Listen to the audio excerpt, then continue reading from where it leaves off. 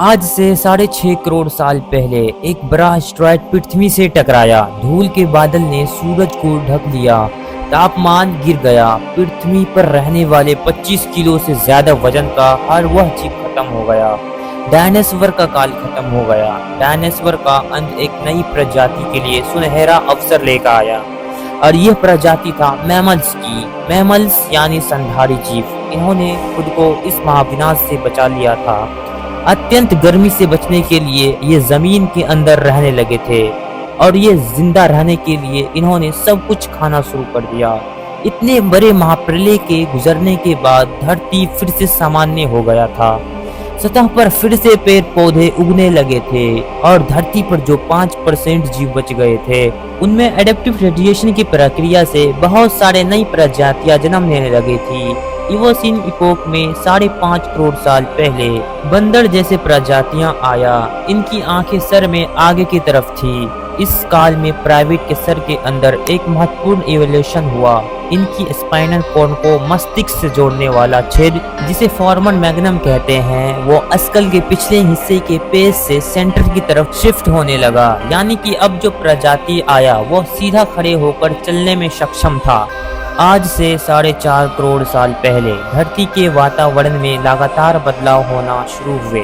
धरती के tectonic plate में हलचल हुई जो धरती के 2 महाद्वीपों को एक दूसरे के पास ले गई। ये वही भूभाग है जहां आज हम भारतीय रहते हैं। ये है इंडिया जो एशिया महाद्वीप की ओर तेजी से बढ़ रहा था। इन दोनों महाद्वीपों के आपस में टकराने की वजह से हिमालय जैसी पर्वतमालाएं खड़ा होने लगी। यह वही पर्वतमाला है जिसे आज हम सब जानते हैं दुनिया की सबसे ऊंची चोटी माउंट एवरेस्ट के नाम से। ये पर्वतमालाएं इतना ऊंचा था इससे मौसम का पैटर्न बदलने लगा जिससे पृथ्वी ठंडी होने लगा। इस पर्वत श्रृंखला से गिरने वाला बर्फ आगे चलकर कई नदियों का निर्माण करने लगा। यह वही नदियां हैं जिसे आज हमारी आधी से ज्यादा आबादी को पीने का पानी मुहैया होता है। ओलिगोसिन इपोक में 3 करोड़ साल पहले ग्लोबल कूलिंग हुई। घास का मैदान बढ़ने लगा और जंगल खड़ने लगे। तब ऐसे जानवर विकसित हुई जो खुले मैदान में रहने के लिए उपयुक्त था और इन्हीं में दूसरे जानवरों को खाने वाला जानवर भी विकसित होने लगे। 1 करोड़ साल पहले पृथ्वी वह रूप लेने लगा था जिसे आज हम देख रहे हैं। धरती का वातावरण लगभग पूरी तरह से आज का सामान बन चुका था और धरती के सारे महाद्वीप लगभग पूरी तरह से जाने पहचाने थे। लेकिन परिस्थितियां फिर बदलने लगी। 40 लाख साल पहले धरती के टेक्टोनिक प्लेट में एक बार फिर से हलचल हुई और अफ्रीका के पूर्वी इलाकों में एक नई पर्वत श्रृंखला का निर्माण हुआ। ये पर्वत श्रृंखला था ईस्ट अफ्रीकन रिफ्ट वैली। इस पर्वत श्रृंखला के उभर जाने से वहाँ के हरे भरे जंगलों में आने वाली मौसमी हवा का मानसून पूरी तरह रुक गया और इस वजह से यहाँ के जंगलों में बारिश आना बंद हो गया। यहीं इस जंगल में रहते द ग्रेट इप्स। ये है हमारा काफी दूर के रिश्तेदार, हमारी पूर्वज कहलाते हैं। ये पियूरोला हमारे परिवार की शुरुआत यही द ग्रेट इप्स से हुआ। पियूरोला पेड़ों पर रहते थे और फल खाता था। वजनी होने के कारण ये एक डाल से दूसरे पर नहीं जा सकते थे, इसलिए ये हमेशा झूलते रहते थे। कभी कभी ये अपनी 2 पैरों पर भी खड़े हो जाते थे। ये चल सकते थे। अवधारणा की उलट सीधे चलने की क्षमता जमीन पर नहीं बल्कि टहनियों पर विकसित हुआ। बाइपेडल यानी 2 पैरों पर चलना इंसानों का नहीं बल्कि इप्स की खोज था। आगे चलकर ये ग्रेट इप्स जल, वायु और जगह के अनुसार बदल गए। कुछ इप्स पेंसी और गोरिल्ला में बदल गए और कुछ इप्स इंसानों में विकसित शुरू हुए। पूरे अफ्रीका में फैले हुए थे। बारिश का बंद हो जाने से यहाँ का जंगल सूख गए। इनका सबसे असर इप्स पर पड़ा। जंगल सूख जाने से इन इप्स के लिए खाने की समस्या उत्पन्न हो गया और इसलिए अब ये पैरों से उतरकर खाने की तलाश में जमीन पर अपने कदम रखने लगे।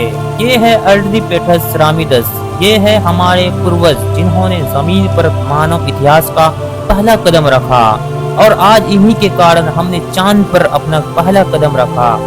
इनका दिमाग एक संतरे जैसा आकार का था और इनका लंबाई 4 फीट तक था। ये हमारे वंश के सबसे पहले सीधे खड़े होने वाले जीव थे। कई हजार साल विकास क्रम के बाद ये 2 पैरों पर चलने लगे। इससे कम ऊर्जा खत्म होता था। ये चलते चलते भी खा सकते थे। 2 पैरों पर चलने से ये सीधे खड़े होकर दूर दूर तक नजर रख सकते थे। समय के साथ साथ विकास की प्रक्रिया चलता रहा और हमारा पूर्वजों धीरे धीरे विकसित होने लगा। 23 लाख साल पीछे हमारे पूर्वजों का दिमाग काफी ज्यादा बड़ा हो गया था। ये थे हमारे हैबिल्स। इन्होंने पहली बार पत्थर को हथियार के रूप में इस्तेमाल करना शुरू किया। जैसे ही इस मामूली सी पत्थर पर धारदार किनारा बना, हमारे पूर्वजों के पास एक हथौड़ा आ गया। हमें काटने का हथियार मिल गया, जिससे वो हजारों ऐसे काम कर सकता था जो वो पहले नहीं कर पाता था। पत्थर के इस्तेमाल ने हाथों और उंगलियों की मजबूती दी। समय बीतने के अनुसार ही हमारे पूर्वज जानवरों का शिकार करने लगे। ये थे होमो इरेक्टस, जो अन्य जानवरों से काफी समझदार थे। इन्होंने सबसे पहले आग को इस्तेमाल करना सीखा। आग की खोज हमारे पूर्वजों के लिए सबसे बड़ी खोज था। ये उन्हें गर्मी रोशनी के लिए अंधेरों और जंगली जानवरों से सुरक्षा देता था। इन्होंने आग पर खाना बनाना सीख लिया था, इसलिए इसका नस्ल भी बढ़ने लगा। 2 लाख साल पहले आज के इंसान ने अपना रूप ले लिया था।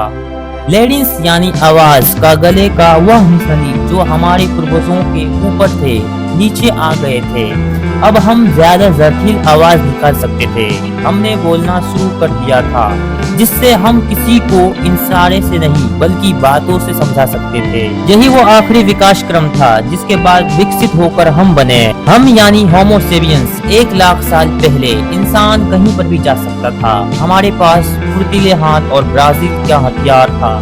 हम बात कर सकते थे, ये अपने आप को काबू में रख सकते थे और हम अपने ब्राजील घर को और भी बड़ा कर सकते थे। इंसान को दूर दूर जाने से बहुत बदलाव होता गया। हम एक महाद्वीप से दूसरे महाद्वीप में रहने लगे। करीब 50,000 साल पहले ऐसे शुरू हो गया और नॉर्थ पोल से आगे बढ़ने लगा। उसी वक्त इंसान चाइना और ऑस्ट्रेलिया तक पहुंच गया।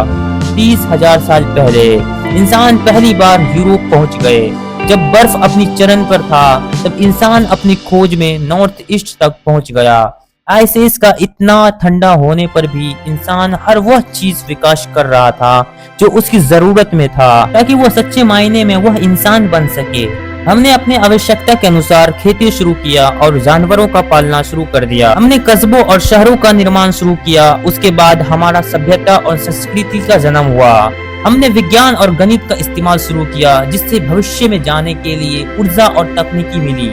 यह हमारा समय अब पूरी तरह विकसित है। हमारे जैसा अब इस धरती पर कोई भी जीव नहीं है।